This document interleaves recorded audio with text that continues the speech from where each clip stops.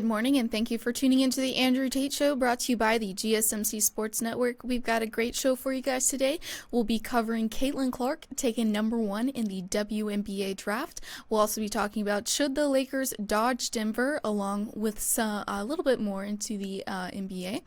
We will also be talking about CeeDee Lamb, who has been absent from the Cowboys spring workout, and make sure that you guys stick around for later in the show when we'll be diving into keeping the faith, feel good stories. But before we start, I'd like to ask you guys like and follow the show. We get a number of questions from viewers that come in during the shows. To make sure that your question gets read on air, I ask that you use the tips and donation link with your question. That link is gsmcpodcast.net. This just puts your question at the top of the list so I can see it, and it also really helps the show. Hello, Tate. How are you? Good morning, Miss Faith. How are you morning. doing? I'm good. Are you keeping the faith today? I'm trying my best to keep the faith today. It's Tuesday, so. Yes. Today feels like Monday to me. I'm kind of struggling. I was having my back was bothering me a little bit today, so I'm not my normal happy, energetic self today, let's just say. So yesterday definitely felt like a Monday for me. Today feels more like a Wednesday. Me. Yeah, I know. You were saying you're all motivated this morning. I'm the one that's supposed to be. I'm the one normally motivated in the mornings.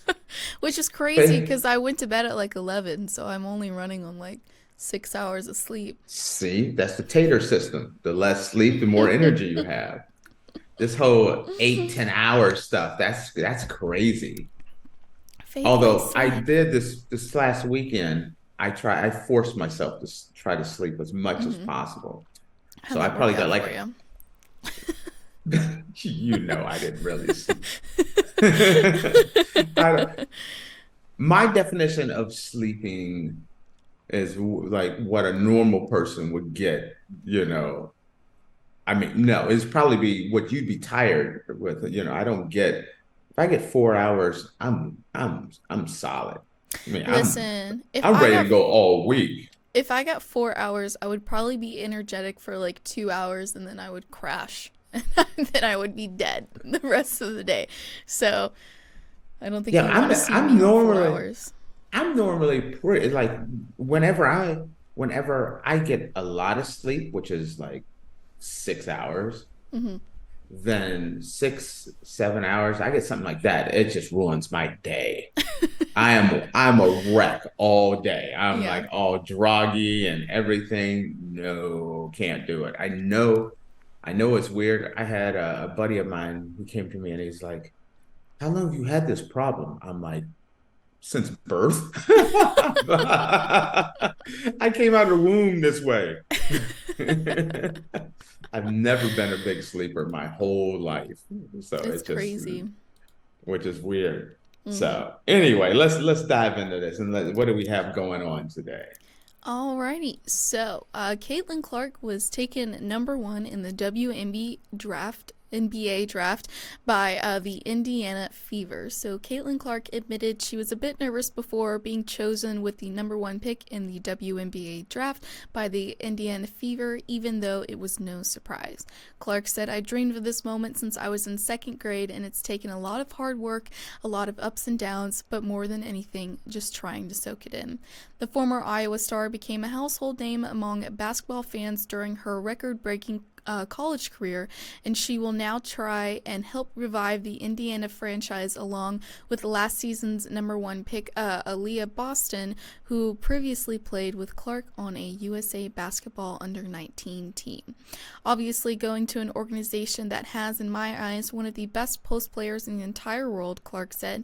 My point guard eyes just light up at that, and obviously Aliyah has been one of my teammates before. I'm excited. I can't wait. The Fever taking Clark had been a foregone conclusion since she announced on February 29th she would turn pro. Nearly 17,000 tickets claimed to watch the draft at Gainbridge Fieldhouse in Indianapolis, home to the Fever and the NBA's Indiana Pacers.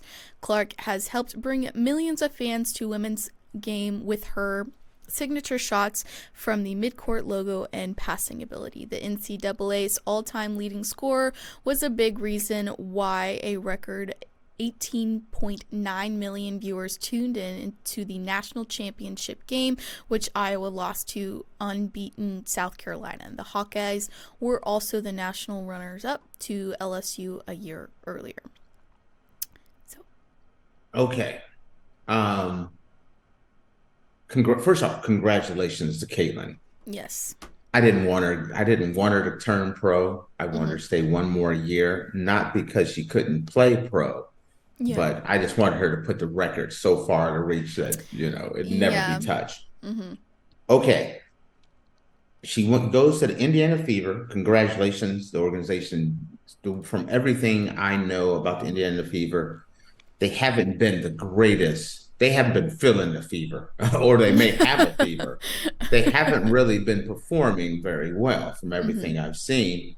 And last year they got the #1 overall pick, which they took Aliyah Boston. And then this year they take Caitlin Clark. Actually, I mean, it really does set that team up where Aliyah Boston's, that big inside presence. Now you have the point guard to go with it. Those are the two cornerstones to building a franchise. So now you just got to make sure you have the right people around them. So I think that's absolutely amazing. I was looking at the draft, and again, Caitlin Clark has brought eyes to different things that would have never been. Watching Iowa basketball, not something I would have done. Women's, that is not high on my list. You know what? No. Hey, I got to go see what Iowa's doing. Yeah. For women's basketball. Nope, not a thing I would be doing. You know that the women's March Madness is being played, NCAA tournament. You check out some highlights here and there, but that's about it. Not this year. You're like, what did Caitlin win? How did she win? She scored 40 here. She did this, and this. Next thing you know, you're watching the games. Women's Final Four. You're watching the women's Final Four, getting to know LSU and Angela Reese and South Carolina and Iowa, and watching that. Then watching the championship game. And be invested in it. Like you have a rooting interest. You're completely into it. Even yourself, who has never really watched women's basketball, became a women's basketball fan, because of Caitlin Clark. Then roll right into the WNBA draft. Didn't even know when the WNBA draft was. I am a sports fan and did not even know when it was. It was yesterday. Right. Yes. That's what I mean. Yes. That's what I mean. Before this. And then sitting down and looking forward to seeing where did Caitlin was going to be #1. But then like Cameron Banks from Stanford, Brink. Yeah. Yes, Brinks. She went from Stanford. She went #2. Cardosa from South Carolina. I didn't even know who she was until we got to the finals. And then learning who she was. And then I didn't know she was going pro. I didn't know that she was going into the draft. You see what I mean? Because you tuned in to see Caitlin Clark. Then next thing you know, you're watching the NBA, you're watching the women's draft, and these players. I know Angela Reese. I just watched Angela Reese play. I know how she plays. Cardosa, I know how she plays and how tough she is. I learned about these people because of the visual, the phenomena that is Caitlin Clark. Right. And I've also seen a lot of hate toward Caitlin Clark, and I don't understand it from a lot of women. The hate that I have seen has been primarily other women attacking her, and so I think women should be really on board, because she's really raising the attention for all women in the game. Mm-hmm. So I thought, watching that was incredible. We were talking about this uh before the show. Mm-hmm. Comment on the comment that you were talking about with your comment, and give your answer, because I know I'm Oh, putting you on okay. the spot. Yes. So You I looked at did a me like you were looking like, short. what are you talking about? Okay. I did a short yesterday on Caitlin Clark because she was on SNL this past weekend. So I did a Hmm. short on that. And the short, I think I mentioned that she is an all-time leading scorer, and somebody said that she was not. And so I already knew that she was, but I went back and made sure, and I did my research. Um, so Caitlin Clark is actually an all-time leading scorer for the NCAA's Division One. She surpassed Pistol Pete on March 3rd, 2024, after Iowa won over Ohio State. Goodness, sorry. And during that game, she reached a total of 3,685 points. And then she finished up her college career with a total of 3,951 points. So. I mean, that because there's a lot of people, they don't realize how great she is. I Mm-hmm. love, okay, I'm going to say this. There used to be a tennis player, Anna Kournikova, and she was very popular in tennis, and she Mm-hmm. never won anything. And matter of fact, I was a poker player, and you know, I think it was like Ace King Anna Kournikova, because it always looks good, but rarely ever wins. And that's kind of but she had all this hype, but no results. Mm-hmm. Caitlin's not that. Caitlin is massive hype, massive results. Mm-hmm. All-time leading scorer. The first player in history with 3,000 points and 1,000 assists. I Mm-hmm. mean, she's doing it on the field, I mean, on the court, offense, defense, her shooting game, massive range. I mean, that range transitions to no matter what kind of player she develops into the WNBA, she will always have that range. She's doing things that no one else has ever done. Mm-hmm. While she's getting this hype, while she's doing all this stuff, she's giving shine to other players uh, on the court as well. Like I was saying about some of the players that just got drafted. Kind of the way I look at Tiger Woods.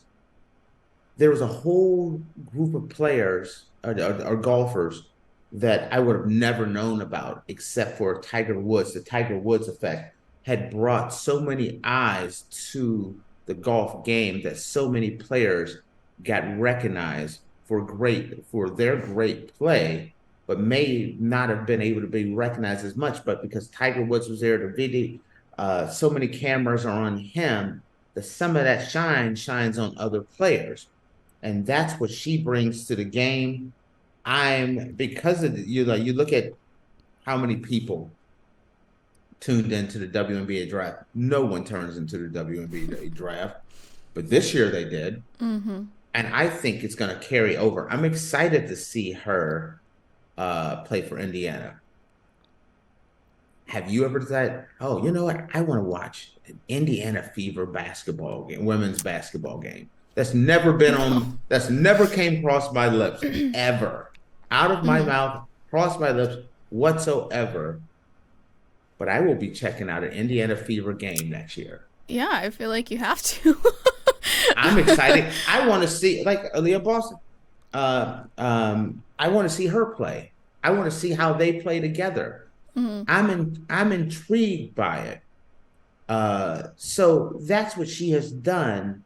She's brought attention to the women's game that it never had. Mm-hmm. It struggled.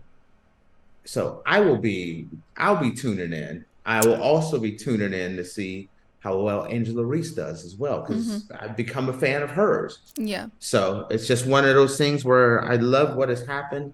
It's going to make me more of a WNBA fan.